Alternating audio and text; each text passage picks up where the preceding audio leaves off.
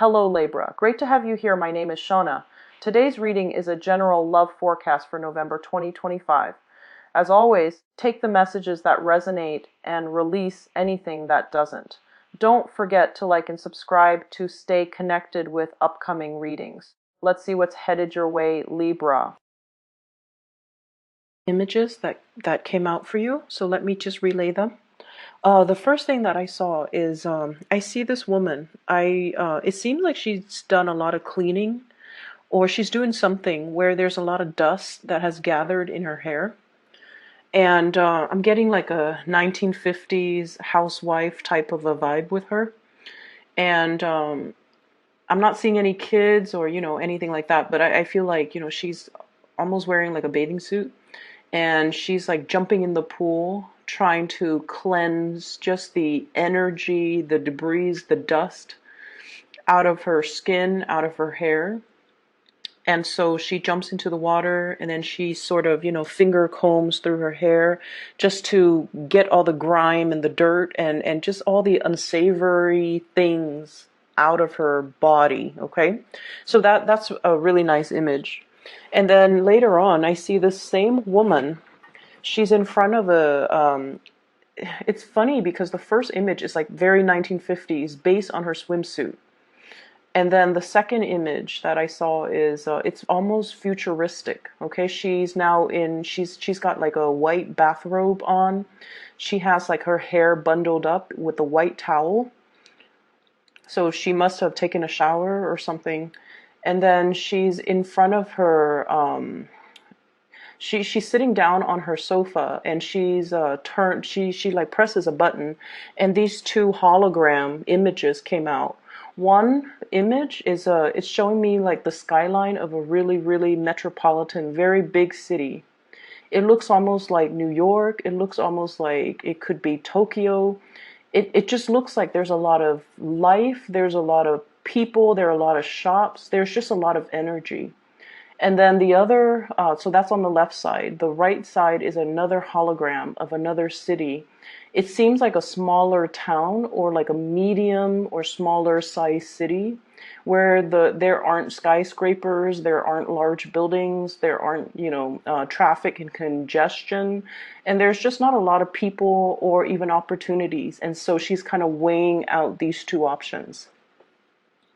So going back to the first message that I feel here, I feel like for many of you, I know you've been working really, really hard, okay? And you've been stacking up the coins, and you've been, trying really, really hard to be self-sufficient, to take care of yourself. And I almost feel like this sense where many of you you might be on the younger end age spectrum watching this. You're finally on your own, taking care of yourself, being financially independent, or even in a situation where you have a lot of freedom, a lot of movement, and a lot of control over the trajectory of your life. Hence, you're in a position where you're able to make choices. Where do I want to be?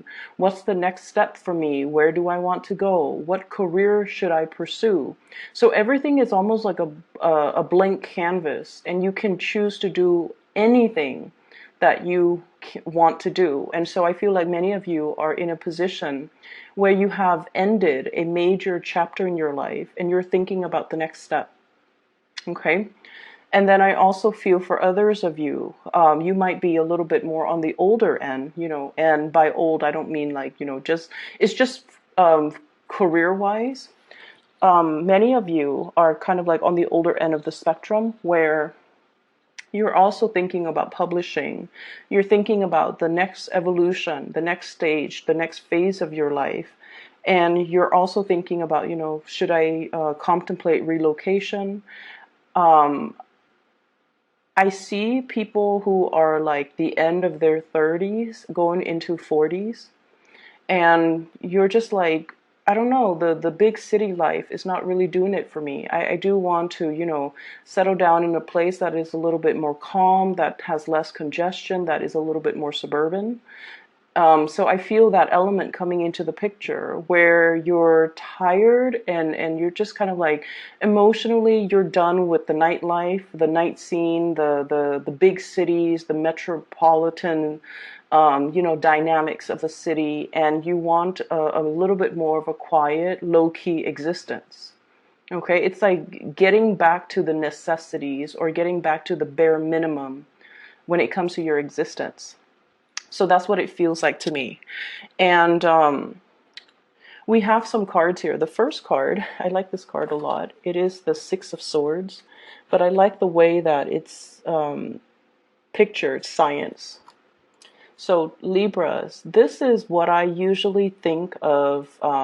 This is like the Libra card for me.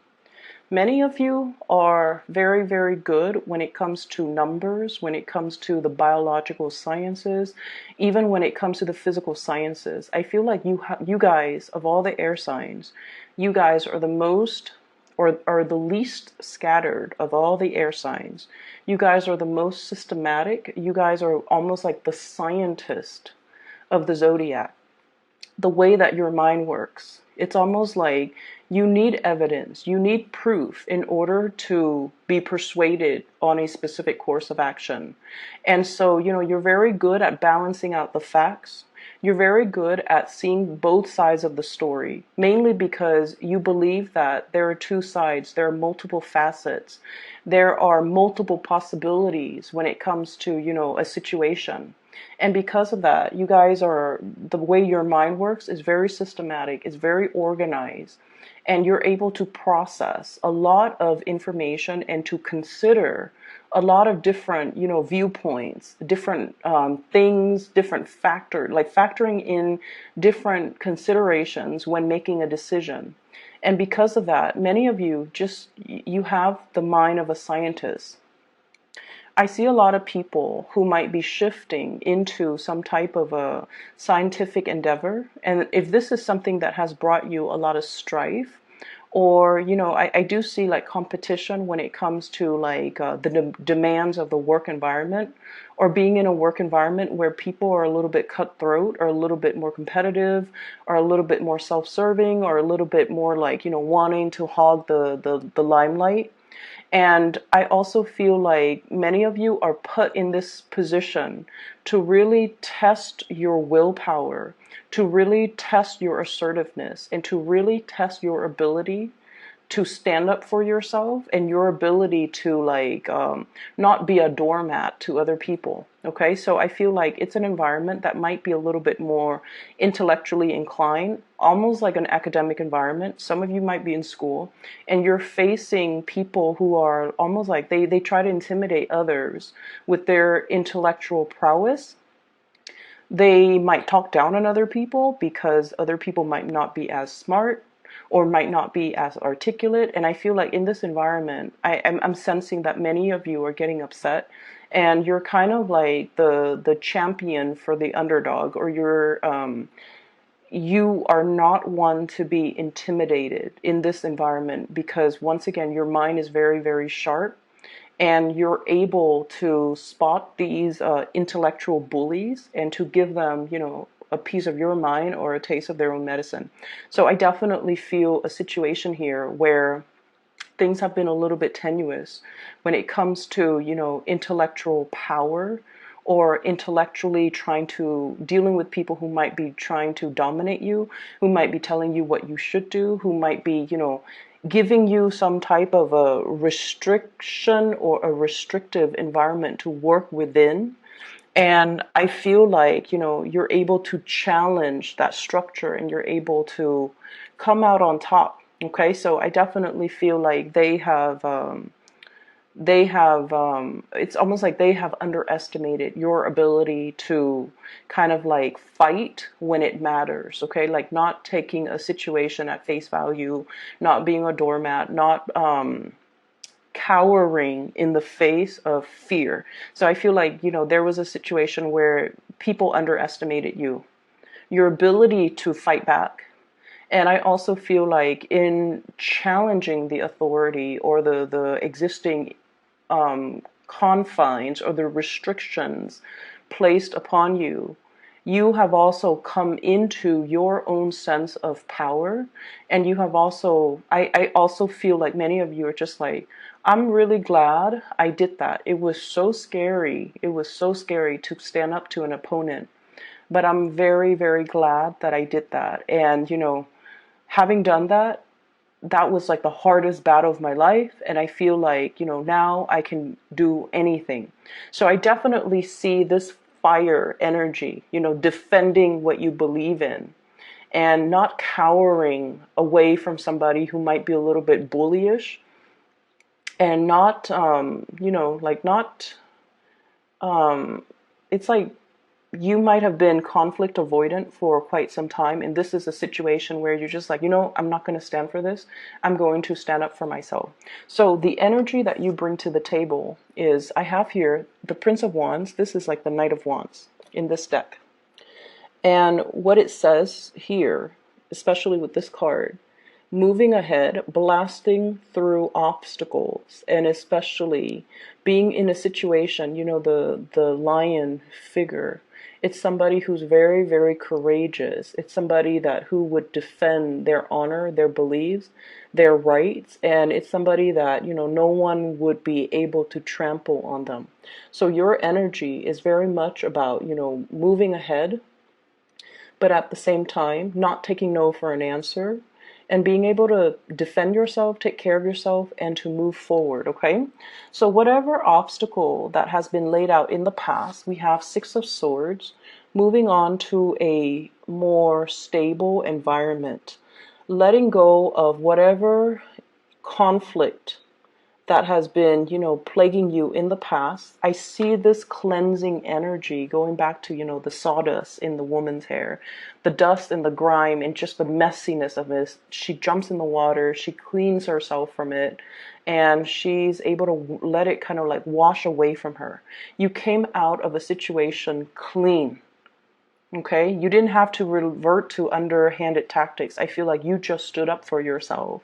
And as a result of it, I feel like whatever, it created a breakthrough, and it created a window of opportunity where you're able to kind of move away from it. Okay, what is coming in for you here? We do have change in geographical location, possibly movement that's happening. Physically picking up all of your things and moving to a better environment. I do see as well geographical locational changes. It's coming out here in the world, and this is coming in as your advice. And the world is usually, allowing yourself more opportunities to expand, and being in an environment that might be brand new for you. And it's coming in after the Ten of Wands, which is physically, Ten of Wands, in the traditional Rider-Waite deck, is the man holding the 10 wands trying to get to his home. This is sort of like purging, getting rid of belongings or things that you don't need, in order for you to put things that you need, the essential items, in neat little boxes, so that you can move away, so that you can relocate, so that you can kind of simplify your life in preparation or readying yourself for a move. I feel like you're just imagining things at this point. You're trying to find that next step. You're trying to find that next opportunity. You're trying to find that next city as well.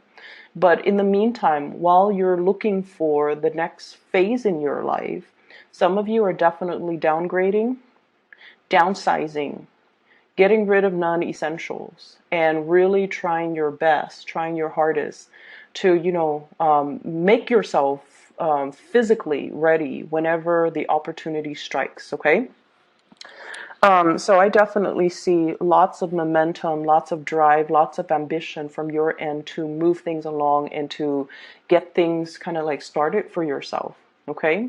I feel like this new burst of power, it had to come in when it did, because it's showing you how strong you are when you vehemently fight for something.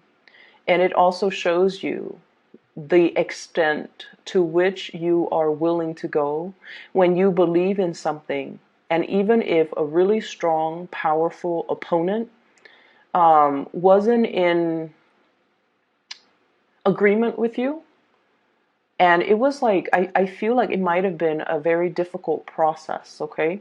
And I feel like, you're thinking back on it and you might even get flashbacks. You might even get some, like PTSD. And I don't like to use that word lightly, but that's what I'm sensing here. It was a situation where when you were in it, the adrenaline was pumping, your mind was racing, like 100 miles a minute. You're trying to find the right argument, the persuasive argument, or you're trying to find ways to verbally defend yourself. I don't see many of you were in any physical danger, but I feel like it was like an intellectual, a big intellectual face-off where you had to use reason in order to prove a point. And it was a situation where you look back on it and you're just like, oh, I don't ever want to go through that again. But you realize how strong you are. And you realize that, you know what? There are things that I will not tolerate. Now I know myself better. Now I know that I don't have to be, conflict avoidant. Now I know that I need to kind of like take care of myself. And so I see this maturation process when it comes to, our ability to speak our truth, our ability to kind of like use our knowledge, use our mind, use our sense of your own sense of it's like you're using all of your strengths in order to kind of like move things in one direction. So it's not so much about, seeing both sides of the coin. It's kind of like, no, my way or the highway. And you rarely get like this. So I feel like this was something that you personally believed in. Somebody opposed you and you were so wrapped up in it. And I feel like for a good reason, because you truly, truly believe in it. And you truly believe in your course of action and you've thought things out, you saw both sides of the coins and you're just like, no, they're wrong. And so you're going to fight this, or you have fought it to the tooth and nail, and you're coming into a lot of success and a lot of victory. Okay. So the universe is telling you you're on the right path. This situation needed to happen. It was cataclysmic. I feel it, and I feel like, it's not something that you want to go through again. And you're vowing to not put yourself in a situation like this because it feels really uncomfortable, right? And so you did the right thing. Good things will come out of it. You might not see that right now, but good things will come out of it, and you're going to be victorious. All right? So that's what I'm seeing as the energy that's coming through for you. Trust in the process. Trust in the process, and trust that you're going to be fine. Okay. Let me see here in terms of. I keep getting like a 6-month type of an energy, so that's going to bring us into. Let me see. We are in. Let's just say we're in February right now. I'm doing this on the 30. I think it's the 30th. Yep, today's the 13th through. I do see geographical relocations. I see new work. I see new projects that are going to be available for you. Okay. I have here the Page of Pentacles. And the Page of Pentacles, in this deck is the Princess, but this is kind of like the student, the learner, somebody who's gathering knowledge, somebody who might be doing an internship, somebody who might get paid, possibly working as a contractor, working as an intern, working as a trainee, or training, getting some type of a training, some type of a certification, or doing something where it's going to really enhance your income generating opportunities. Okay, so for this month, what's coming through is we do have a job here that's going to. So if you are applying for multiple jobs and you're just like, oh no, I have to take this job because nothing else is coming in, even if this job right now that's being offered to you, if you have to take it because you're afraid, definitely take it. Temporary situation. So you definitely can accept this and move into this energy, but don't give up your dreams. Keep applying, okay? Because you're going to be met with a lot of success. Yeah, so don't feel bad about having to take this job, even if it's only for 6 weeks. because I feel like, you do what you need to do to take care of yourself. You've been through a lot, and I feel like you need this because it's bringing stability for you. And if stability is what's required to have stability and peace of mind for yourself, definitely do it. Okay? So aside from that, let me shift the energies away and going into this bottom row here. So these four cards indicates more love relationships and the partner you're dealing with if you are in a relationship, or even the energies of the person that you're dealing with. What I have here is I see a situation where there is a lot of conflict. We have here the Tower. We have interference as well as failure. And I do feel an energy of somebody who has a little bit of an anger issue, somebody who's not staying calm, somebody who's sort of like, I've had enough. I see like heated discussions between two people. And I also feel like the same conversations or the same arguments are going back and forth between two people.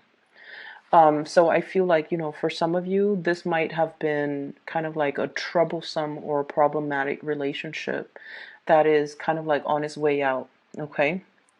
And I feel for many of you, this is not news to you. This is not something that you're just like, but my relationship is going so well. I don't feel like that's the case. I feel like this is a situation where it might be as well, you've moved away from this person and they keep trying to reel you in. They keep trying to approach you with inflammatory, communication, where they try to reel you back in, where they are trying to prevent you from leaving, or they're trying to, create obstacles, or I'm sorry, create arguments or pick at the same arguments over and over and over again.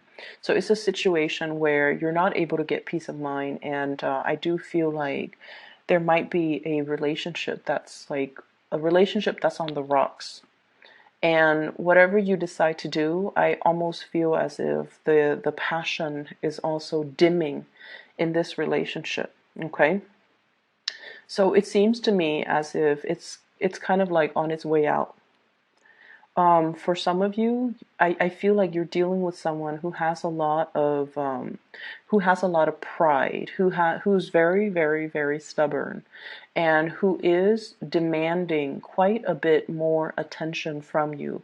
They want more communication, they want more contact.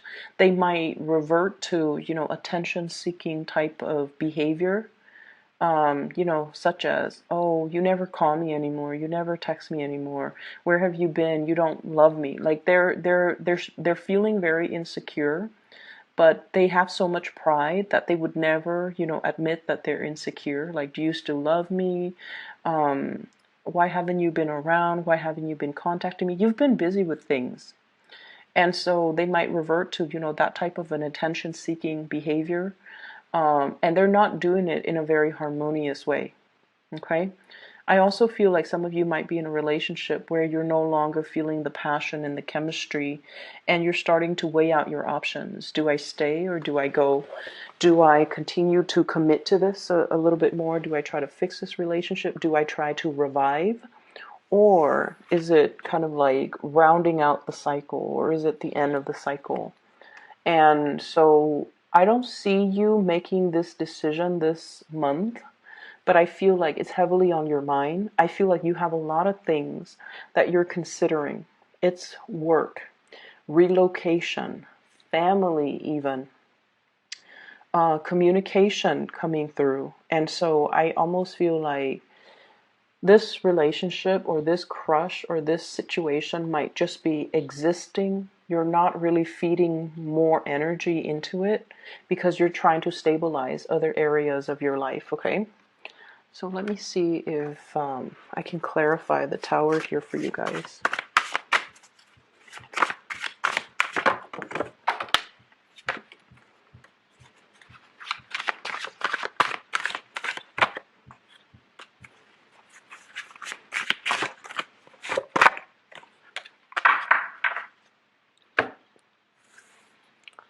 So what I have here is the Hangman. Lack of a resolution, a situation that's going around and round in circles, and we don't really know how to find a solution, nor can we just kind of extract ourselves from it. So it's like hanging in limbo, and it's still kind of existing. We have here your Nine of Cups, happiness. And this is pretty much a situation where I feel almost like, on the one hand, you have a partner that really, I feel like they care about you. They want to be with you. They need more time from you. They need